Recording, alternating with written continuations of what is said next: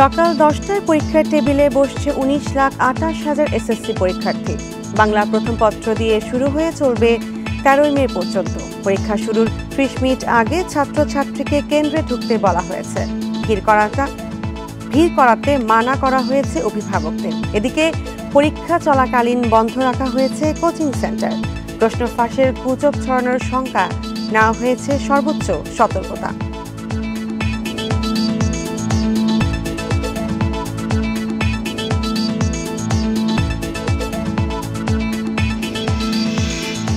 আর এ নিয়ে প্রতিবেদন থাকছে এখনকার সংবাদে।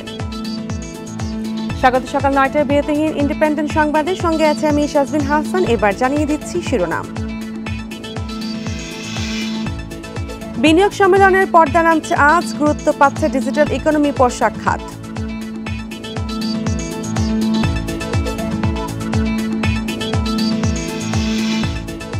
রাজশাহী বিএনপির দ্বন্দ্বে নিহত 4 ভাবমূর্তি নষ্টের ব্যবস্থা নিলেও কেন্দ্রের নির্দেশে অনীহা।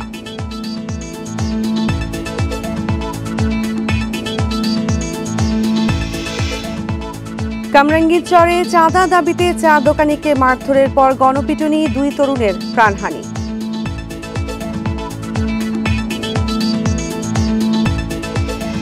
বান্ডেল থাকলে প্রতি সেনমানিতে টাকা বাঁচবে। বিকাশ সেনমানি বান্ডেল কিনে জিতুন প্রতি লেনদেনে। আজ শেষ হতে যাচ্ছে 4 দিনের বিনিয়োগ সম্মেলন। রাজধানীর হোটেল ইন্টারকন্টিনেন্টালে শেষ দিনের প্রথম সেশনে থাকছে ডিজিটাল অর্থনীতি নিয়ে সেমিনার। আলোচনা করবেন দেশ বিদেশের আর্থিক খাত বিশ্লেষকেরা। একই সময়ে অন্য হলরুমে পোশাক খাত নিয়ে আলাদা সেশন অনুষ্ঠিত হবে। এতে অংশ নেবেন তৈরি পোশাক ও টেক্সটাইল খাতের উদ্যোক্তারা। এছাড়া দুপুর 2টা থেকে 5টা পর্যন্ত থাকছে স্বাস্থ্য সেবা ও কৃষি নিয়ে আলাদা সেশন। প্রতিটি সেশনেই দেশে বিদেশের বিশ্লেষকেরা বিনিয়োগের নানা চ্যালেঞ্জ ও সম্ভাবনা নিয়ে আলোচনা করবেন। বিকেলে সংবাদ সম্মেলন করবেন বিডার নির্বাহী চেয়ারম্যান আশিক চৌধুরী।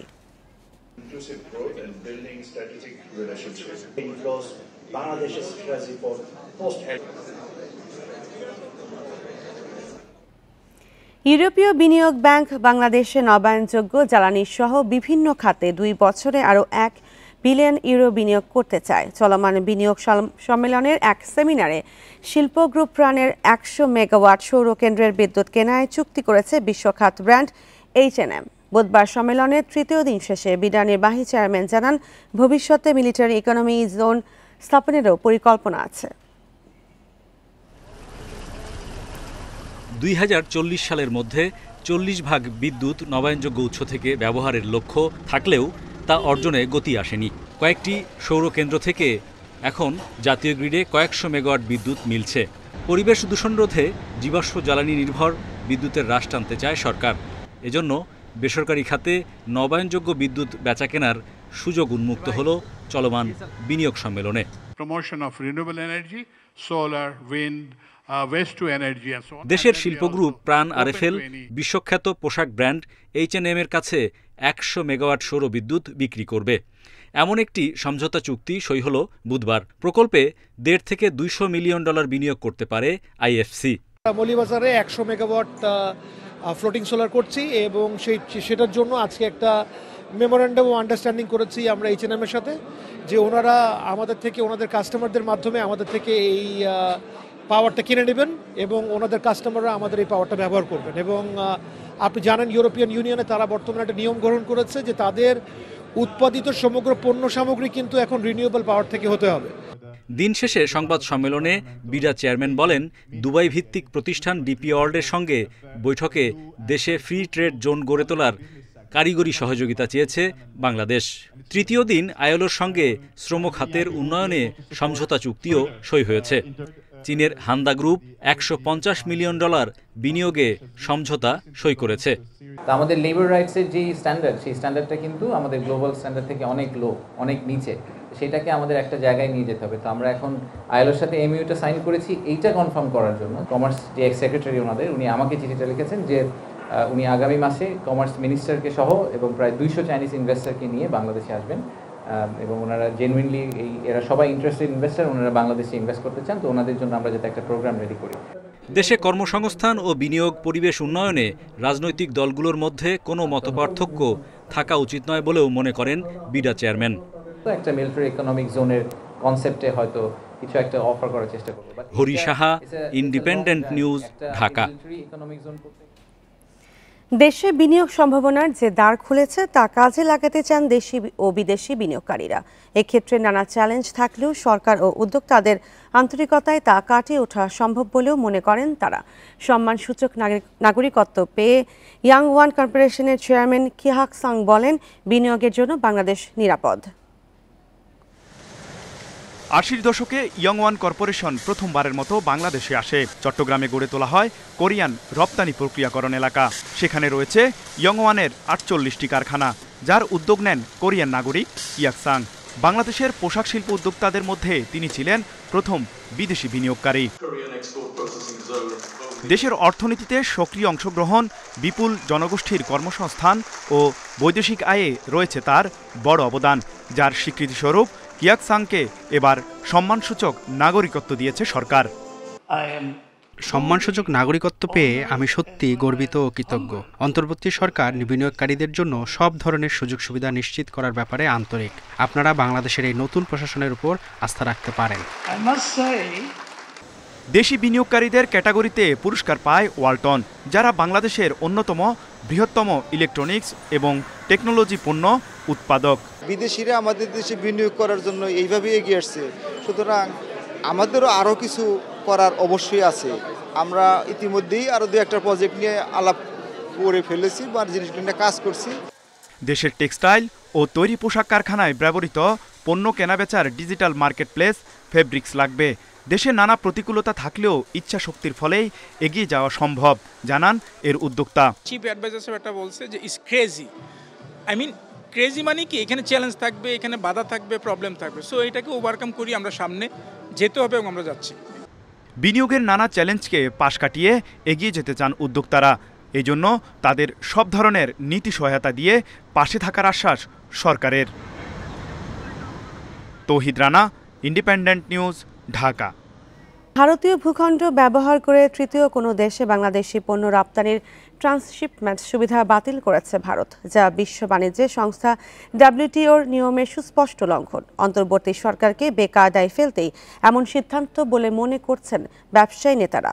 মঙ্গলবার ভারতের central board of indirect taxes and customs এই সুবিধা বাতিল করে আদেশ জারি করে।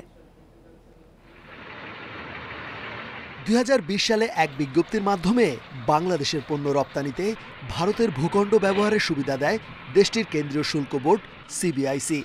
ভারত হয়ে নেপাল ও ভুটানে পণ্য পাঠানোর সুবিধা পায় বাংলাদেশ। ৮ এপ্রিল যা বাতিল করেছে ভারতের central board of indirect taxes and customs. বিশ্ব বাণিজ্য সংস্থা WTOর নিয়ম অনুযায়ী সব সদস্য রাষ্ট্রকে স্থলবেষ্টিত দেশগুলোর সঙ্গে পণ্য চলাচলের জন্য ট্রানজিটের স্বাধীনতা নিশ্চিত করতে হবে। ভারত ও বাংলাদেশ উভয়ই এই জেনেভা ভিত্তিক সংস্থার সদস্য। ব্যবসায়ী নেতারা বলছেন এতে খুব একটা সমস্যায় পড়বে না বাংলাদেশ। ট্রান্সশিপমেন্টের যে সুবিধাটি ভারত দিয়েছিল সেটি ৮ এপ্রিল তুলে নেওয়া হয়েছে। এখানে একটি বিষয় পরিষ্কার করে দিতে চাই যে এই সিদ্ধান্ত বাংলাদেশ থেকে নেপাল ও ভুটানের রপ্তানির ক্ষেত্রে কোনো প্রভাব ফেলবে না।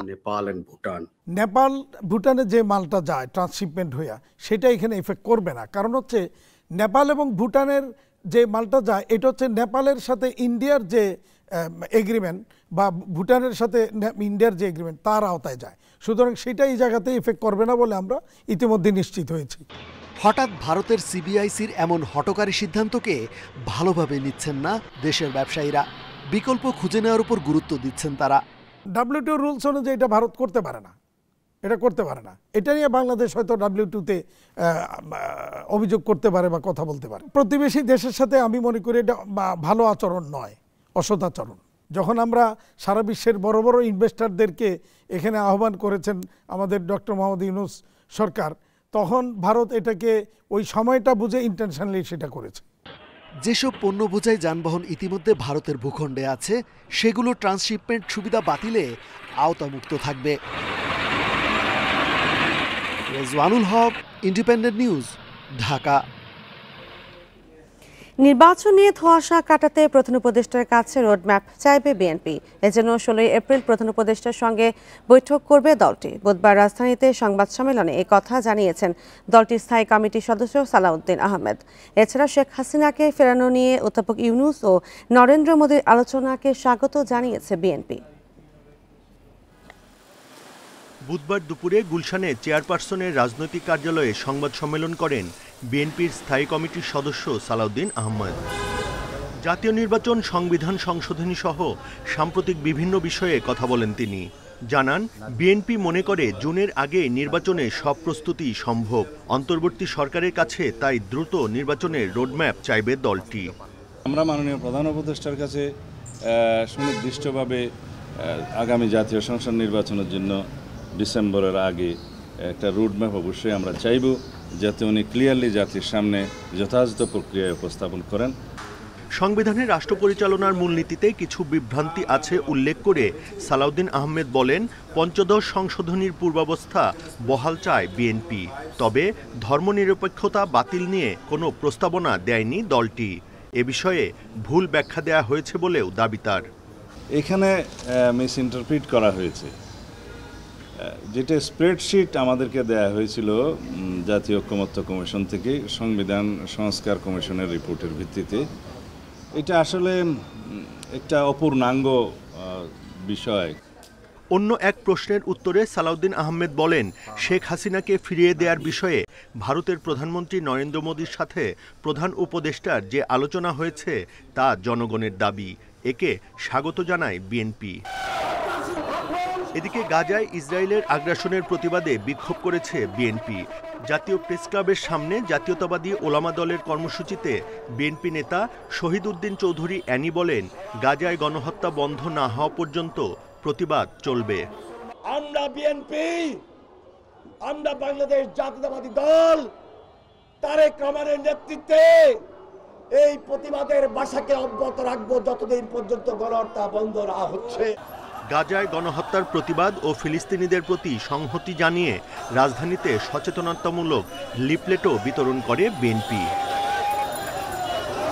Buddhadeb Kundu, independent news, Dhaka.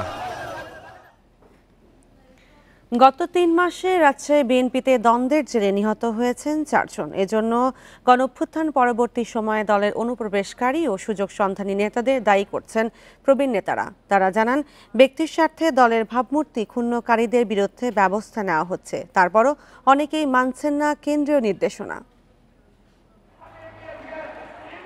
রাজশাহী জেলা বিএনপির আহ্বায়ক কমিটি গঠন হয়েছে 2019 সালের জুলাই মাসে। আর 3 বছর আগের ঘোষিত আহ্বায়ক কমিটি দিয়ে চলছে মহানগর বিএনপি। কমিটিতে পদ পাওয়া আর না পাওয়াদের মধ্যে দূরত্ব ক্রমেই বাড়ছে। তারা কর্মসূচিও পালন করেন আলাদাভাবে। 5 আগস্ট স্বৈরশাসনের পতনের পর রাজশাহী বিএনপির বিভিন্ন ইউনিটে বিভক্তি আরও দৃশ্যমান। এর প্রভাব পড়েছে অঙ্গ সংগঠনগুলোতেও। নিজেদের মধ্যে প্রায়ই ঘটছে অপ্রীতিকর ঘটনা। 5 তারিখের পরে তো নিজেকে বিএনপির কর্মী বা বিএনপি নেতা হিসেবে দাবি করছে, কিন্তু তাদেরকে তো আমরা দীর্ঘ 14-15 বছরে যে আমরা বিভিন্নভাবে দলের মিছিল, মিটিং, প্রোগ্রামে ছিলাম, তারাকে তো দেখতে পাইনি। তবে নেতারা বলছেন, সংঘাতসহ দলীয় শৃঙ্খলা পরিপন্থী কাজ করলেই শাস্তির মুখোমুখি হতে হচ্ছে নেতাকর্মীদের। মার্ডারের কথা, এটা একটা বিচ্ছিন্ন ঘটনা ঘটেছে, এটা আমাদের দলের লোকেরা জড়িত না, এবং কে যে করেছে সেটাও বলতে, এটা তো তারা স্বৈরাচার যারা আছে আমাদের ঘাড়ে দোষ চাপানোর জন্য, আমাদের লোকদের দোষ চাপানোর জন্য সেটা করে থাকতে পারে। দীর্ঘদিন ভোট দিতে না পারা এবং নির্বাচন না করার ক্ষেত্রেও একটা শেষান জটের মতো রাজনৈতিক জট তৈরি হয়েছে। এই জটের কারণে এই জটিল জিনিসগুলো কখনো কখনো পাবলিকের সামনে চলে আসছে। আমরা আমাদের জায়গা থেকে এটাকে নিয়ন্ত্রণ করার জন্য সর্বাত্মক চেষ্টা চালিয়ে যাচ্ছি। দলের প্রবীণ নেতাদের দাবি, সুবিধাভোগী নেতাদের আশ্রয়ে থেকে সুযোগ সন্ধানীরা নিজেদের স্বার্থে দলের ভাবমূর্তি ক্ষুণ্ণ করছে। যারা অরিজিনাল বিএনপি তারা এটার মধ্যে ইনভলভ না। দলের যারা পোর খাওয়া নেতৃবৃন্দ সর্বস্তরের, ছাত্রদল, যুবদল, স্বেচ্ছাসেবক দল, বিএনপি, মহিলা দল, সবাই ঘৃণা করছে। চলতি বছর বিএনপির দুপক্ষের সংঘর্ষে রাজশাহী নগরীতে মারা গেছেন এক রিকশা চালক। পবাই প্রতিপক্ষের গুলিতে নিজ বাড়িতে খুন হন যুবদল নেতার বাবা। আর তানোরে দুপক্ষের সংঘর্ষে মারা গেছেন বিএনপির স্থানীয় 2 নেতা। Ahsan Habib, Apu, independent news, Rajshahi. কামরাঙ্গীর চরে চাঁদাবাজির অভিযোগে গণপিটুনিতে নিহত হয়েছেন মাসুদ ও নাদিম নামে দুই তরুণ। বুধবার রাতে সিলেটি বাজার এলাকায় স্থানীয়দের সঙ্গে সংঘর্ষের এক পর্যায়ে ছোড়া হয় ককটেল। পরে তাদের পিটুনি দেয় স্থানীয় জনতা। পুলিশ জানিয়েছে বেশ কিছুদিন ধরেই ছিনতাই চাঁদাবাজি করছিল 12 থেকে 15 জনের এই চক্র। তারা নানা মামলার আসামি। রাজনৈতিক পট পরিবর্তনের পর থেকেই কামরাঙ্গীচরে শুরু হয় চাঁদাবাজের দৌরাত্ম্য। স্থানীয়রা আরও বলছেন, হাটবাজার নৌকাঘাট ভবন মালিক থেকে শুরু করে তাদের হাতে জিম্মি নানা শ্রেণীর পেশার মানুষ। বিভিন্ন বাড়িওয়ালাদের হুমকি দুমকি এরকমভাবে তারা প্রায় এই 3-4 মাসে প্রায় 4 থেকে 5 কোটি টাকা তারা লুইটা লিয়ে গেছে অনেক মানুষের। ওনারা থাকা পর্যন্ত আমরা মনে করেন বাসাতে বাড়িলে আমরা ভয় করছি। আমরা এক যে রিক্সা চালাই, আমরা যে বাসাতে বাড়িয়েছি আমরা সামনে চাকু ধরছে, টাকা দে না দিলে ভাড় দিব, কি করবো? আমার কাছে তো 15,000 টাকা নিছে। ডাক দিয়ে নেওয়া গ্যারেজ আটকাইছে, আটকাই বলতেছে তোরা 55,000 টাকা দিবি। আমি কি ভাই আমরা 55,000 টাকা দিব কই থেকে? অভিযোগ রয়েছে 8 মার্চ চায়ের দোকানদার নূর মোহাম্মদের কাছে 1 লাখ টাকা চাঁদা দাবি করে মাসুদ ও তার সহযোগীরা। তা দিতে না চাইলে করা হয় ছুরি আঘাত। বুধবার রাতে 7-8 জনের দল নিয়ে আবারও চাঁদা নিতে এলে স্থানীয়দের সঙ্গে বাধে সংঘর্ষ। এ সময় ককটেল বিস্ফোরণের ঘটনাও ঘটায় চাঁদাবাজেরা। পরে গণপিটুনিতে মারা যান মাসুদ ও নাদিম।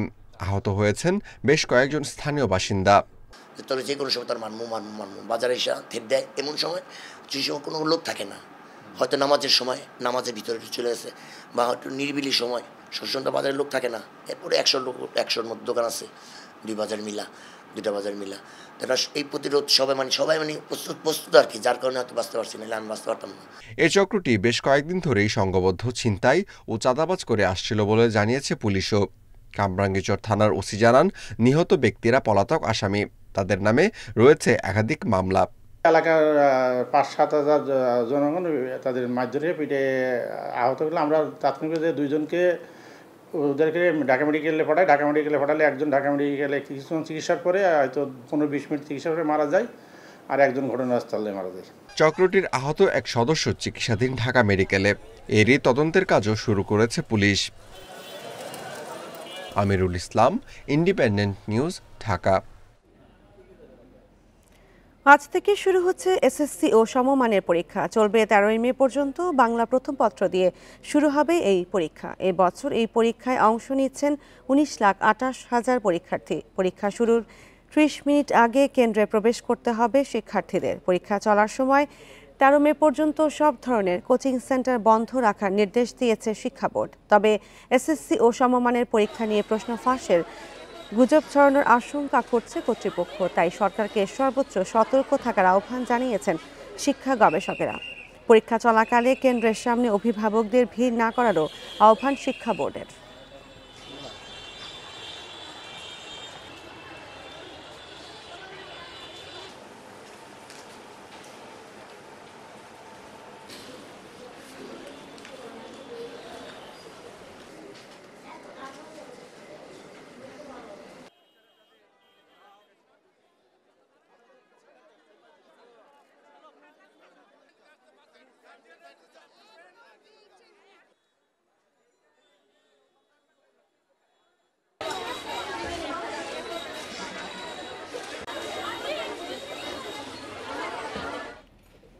আর এ নিয়ে বিস্তারিত জানাতে চট্টগ্রাম থেকে যোগ দিচ্ছেন সহকর্মী অনুপম শীল। অনুপম, চট্টগ্রামে কি অবস্থা? অভিভাবকেরা কি বলছেন?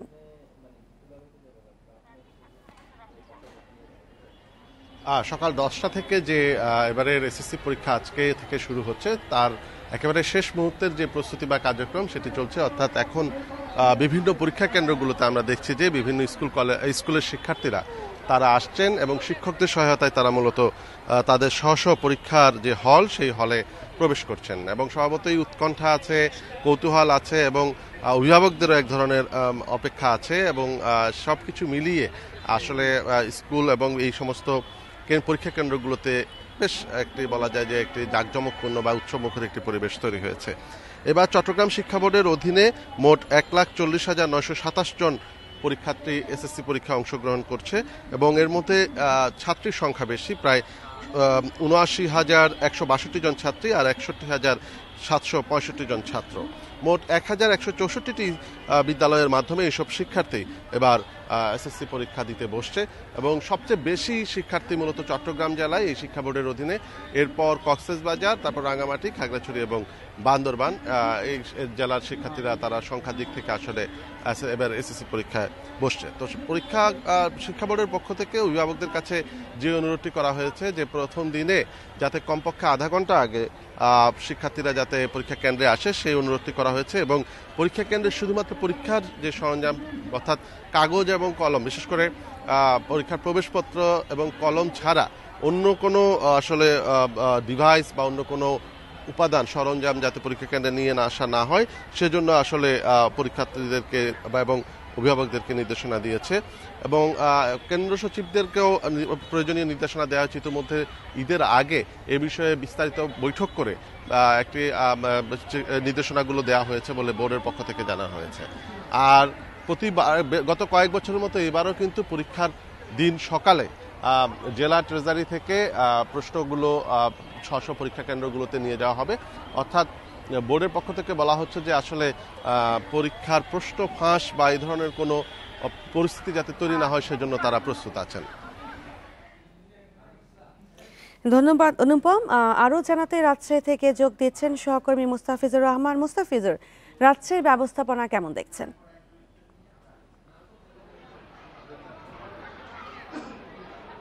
দেখুন, আজকে রাজশাহীতে রাজশাহী শিক্ষা বোর্ডের অধীনে বাংলা প্রথম পত্র পরীক্ষা অনুষ্ঠিত হবে এবং এরই মধ্যে আমরা দেখেছি যে রাজশাহী শিক্ষা বোর্ডের অধীনে 169টি কেন্দ্রে কিন্তু পরীক্ষা অনুষ্ঠিত হচ্ছে এবং রাজশাহী বিভাগের কথা যদি বলা হয়ে থাকে অর্থাৎ 8 জেলায় এবার রাজশাহী শিক্ষা বোর্ডের অধীনে শিক্ষার্থী এসএসসি পরীক্ষায় শিক্ষার্থী অংশগ্রহণ করছেন 1,81,904 জন শিক্ষার্থী এবার পরীক্ষায় অংশগ্রহণ করছেন এবং সকাল থেকে আমরা দেখেছি বিশেষ করে 9টার পর থেকে বিভিন্ন শিক্ষা প্রতিষ্ঠানে আমরা দেখেছি যে শিক্ষার্থীরা কিন্তু প্রবেশ করছেন এবং সেই সাথে অভিভাবকদের বাইরে বিভিন্ন পরীক্ষা কেন্দ্রের বাইরে অভিভাবকদের যে অপেক্ষা বা উৎকণ্ঠা নিয়ে যে তাদের সন্তান কিভাবে পরীক্ষা দিবেন ঠিক একটি দুশ্চিন্তা থাকেই, সেটি কিন্তু রয়েছেন এবং সেই উৎকণ্ঠা থেকেই তারা পরীক্ষার কেন্দ্রগুলো অবস্থান করছেন এবং পরীক্ষার কেন্দ্রের কথা যদি বলা হয়ে থাকে পরীক্ষার প্রতিটি কেন্দ্রে কিন্তু আমরা দেখেছি যে শিক্ষার্থীদেরকে যে শিক্ষা বোর্ডের পক্ষ থেকে এবং প্রত্যেকটি প্রতিষ্ঠানের পক্ষ থেকে বা আইনশৃঙ্খলা বাহিনীর পক্ষ থেকে কিন্তু সদস্যরা উপস্থিত আছেন এবং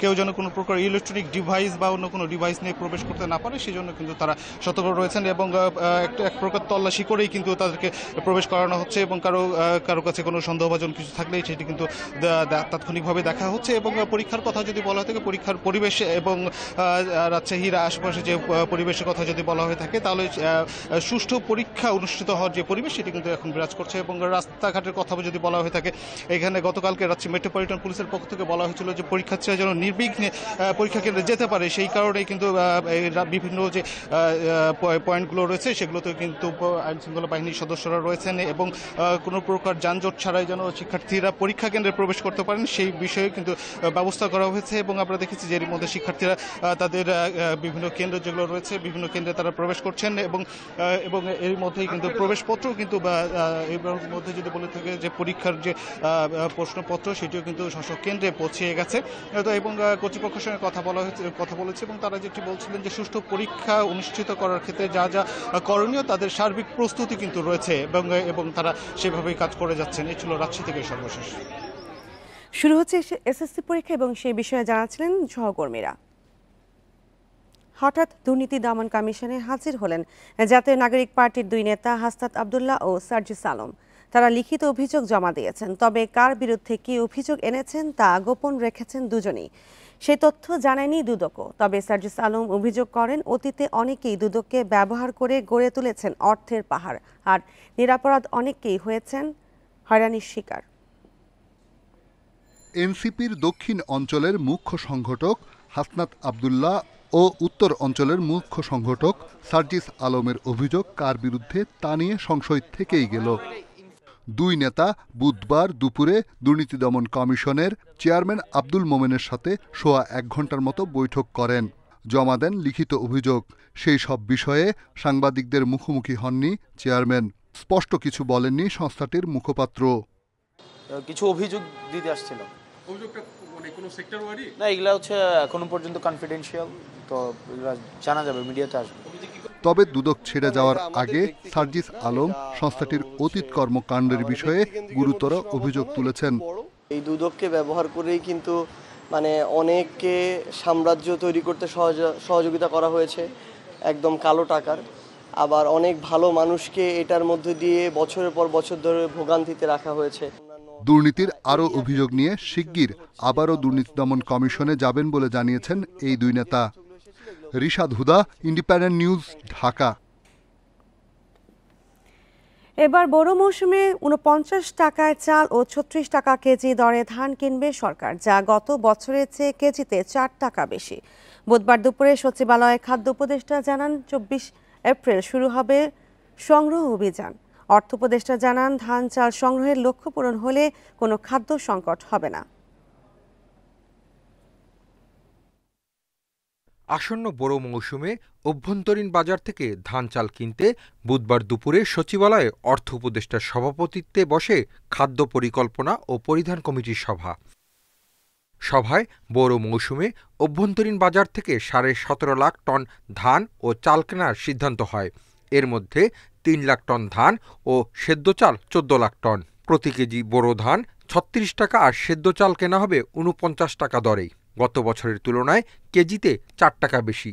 একই সঙ্গে ৩৬ টাকা দরে গম কেনারও সিদ্ধান্ত হয়েছে বলে জানান খাদ্য উপদেষ্টা। ধান প্রতি কেজি ৩৬ টাকা স্যার তো বললেন, আর চাল প্রতি কেজি ৪৯ টাকা, আর গম প্রতি কেজি ৩৬ টাকা। ধানের জন্য ৩.৫ লাখ মেট্রিক টন, আর চালের জন্য ১৪ লাখ মেট্রিক টন। গমের জন্য আমরা কোনো লক্ষ্যমাত্রা নির্ধারণ করি না, যতটুকু পাওয়া যায়। অর্থ উপদেষ্টা জানান সরকার যে পরিমাণ ধান, চাল ও গম সংগ্রহের লক্ষ্য নির্ধারণ করেছে তাতে বর্তমান অর্থনৈতিক পরিস্থিতিতে কোনো খাদ্য সংকট হবে না। আর ধানের উৎপাদন এবার লক্ষ্যমাত্রার চেয়ে বেশি হবে বলে আশা প্রকাশ করেন কৃষি উপদেষ্টা। আমরা কিন্তু নিয়মিতভাবে সার আমদানি করে, চাল বিভিন্ন আমদানি করে মোটামুটি কিন্তু আমরা স্টেবল রেখেছি। এই প্রেক্ষিতে আমরা তখন আবার ধানের এবং চালের সংগ্রহ বিষয় আমরা করেছি, আমাদের টার্গেটটা মোটামুটি পরিপূর্ণ হয়েছে।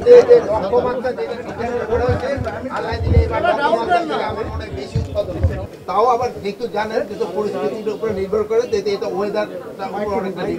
২৪ এপ্রিল থেকে সারা দেশে ধান চাল কেনা শুরু করবে সরকার। সংগ্রহ অভিযান চলবে ৩১ আগস্ট পর্যন্ত। Hasif Mahmud Shah, independent news, Dhaka. চৈত্র সংক্রান্তি ও পয়লা বৈশাখকে কেন্দ্র করে এবার উৎসবের নগরীতে পরিণত হবে ঢাকা। সংস্কৃতি উপদেষ্টা জানিয়েছেন এবার শোভাযাত্রা, কনসার্ট, ড্রোন শো সহ থাকছে নানা আয়োজন। ধর্ম বর্ণ নির্বিশেষে সবার অংশগ্রহণে উৎসব বৈচিত্র্যময় হবে বলে আশা তার। নববর্ষের শোভাযাত্রার নাম ঢাকা বিশ্ববিদ্যালয় কর্তৃপক্ষই ঠিক করবে বলে জানান তিনি। প্রতি বছরই পয়লা বৈশাখে দেশজুড়ে থাকে নানা আয়োজন, তবে কিছুটা উপেক্ষিত থাকে চৈত্র সংক্রান্তি। এবার পাল্টাতে যাচ্ছে সেই চিত্র।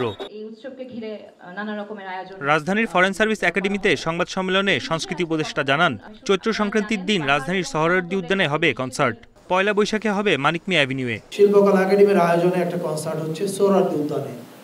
এই কনসার্টটা আমরা আশা করব অনেক বড় একটা কনসার্ট হবে, অনেক মানুষ অংশগ্রহণ করবে। মানিক মিয়া অ্যাভিনিউতে একটা কনসার্ট আছে, এটাতে আমাদেরকে সহযোগিতা করছে শিল্পকলা একাডেমি, আয়োজন করছে, সহযোগিতা করছে ঢাকা সিটি কর্পোরেশন উত্তর।